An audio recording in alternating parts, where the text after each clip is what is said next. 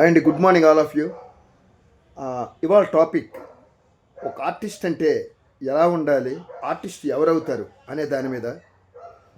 So ఒక artist అవ్వాలి అంటే డెడికేషన్ ఉండాలి, హోంవర్క్ ఉండాలి, మైండ్ వర్క్ ఉండాలి, హార్డ్ వర్క్ ఉండాలి. ఏదో అయిపోదాం అనుకుంటే మాత్రం ఆర్టిస్ట్ అవ్వడం చాలా కష్టం.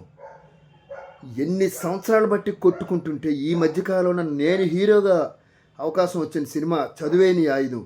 అది ఒక గుడ్ న్యూస్గా నేను త్వరలో చెప్తాను, రిలీజ్ ఎప్పుడనేది. మనం ఇంత కష్టపడతాడు ఒక ఆర్టిస్టు. సో అది చాలామంది ఒక ఆర్టిస్ట్ అంటే చులకన భావం, చిన్న చూపు అది కొద్దిమందికి ఉంది సుమండి. చాలామంది బ్రహ్మరథం పడతారు, వాళ్ళకే హ్యాట్స్ ఆఫ్. ఇప్పుడు కూడా మనము ఒక మంచి పోస్ట్ ఏదైనా పెడతాం, అది చూస్తారు, ఈజీగా తీసుకుంటారు. అది వాళ్ళు చేయలేరు. మనం చెయ్యలేని పని వేరొకడు చేస్తున్నాడు అంటే మనం కనీసం అప్రిషియేషన్ చేయడంలో మనకు వచ్చే నష్టం లేదు, రూపాయి కూడా ఖర్చు పెట్టక్కర్లేదు. ఈ రోజుల్లో ఏంటంటే చాలామంది ఉన్నారు, ఎవరి శాఖల్లో వారు పని చేయకుండా వేరే శాఖల్లో వేలు పెట్టి అందులో కూడా మేము రాణించగలమన్నట్టు రాణించలేరు. ఆర్టిస్టుగా రాణించడం అనేది చాలా చాలా చాలా కష్టతరమైన పని. మీకు విషయం తెలుసా? ఇప్పుడు నేను కవర్ సాంగ్స్ చేస్తున్నాను. నేను రేపు కవర్ సాంగ్ చేస్తున్నాను అనగా నాకు 2 రోజులు బట్టి సరైన నిద్ర ఉండదు తెలుసా అండి. ఎలా చేయాలి, దాని షార్ట్స్ ఎలా పెట్టాలి, దాని బ్యాక్గ్రౌండ్ లొకేషన్ ఏం చూసుకోవాలి, కాస్ట్యూమ్స్ ఏం చూసుకోవాలి. ఎందుకంటే ఒక కవర్ సాంగ్ చేస్తుంటే హీరో హీరోయిన్ ఇద్దరు బాగా చేయాలి, తన చేత అలా చేయించాలి. ఎందుకంటే నేను చేసే కవర్ సాంగ్స్ అన్నింటికి కూడా కొరియోగ్రఫీ నేనే చేసుకుంటాను.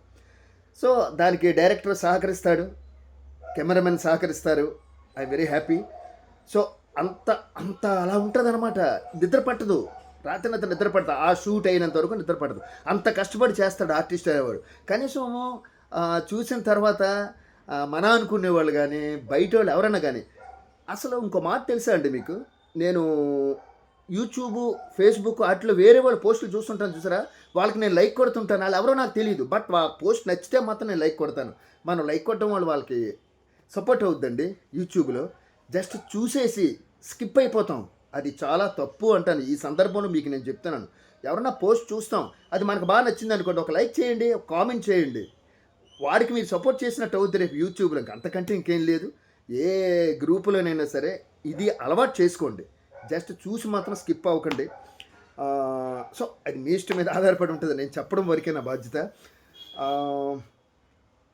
ఇంకా ఇంకా మంచి మంచి పోస్టులు మీ ముందుకు వస్తాను అద్భుతంగా. ఇప్పటికే నాకు ఫేస్బుక్ కానీ, ఇన్స్టాగ్రామ్ కానీ, యూట్యూబ్లో కానీ నిజంగా నాకు నిజమైన అభిమానులు ఉన్నారు. వాళ్ళు నాకు బ్రహ్మరథం పడుతున్నారు. అదే ధైర్యంతో నేను ముందుకు వెళ్తూ ఉన్నాను, పోస్టులు చేస్తూ ఉన్నాను. అవి వాళ్ళు చూస్తున్నారు.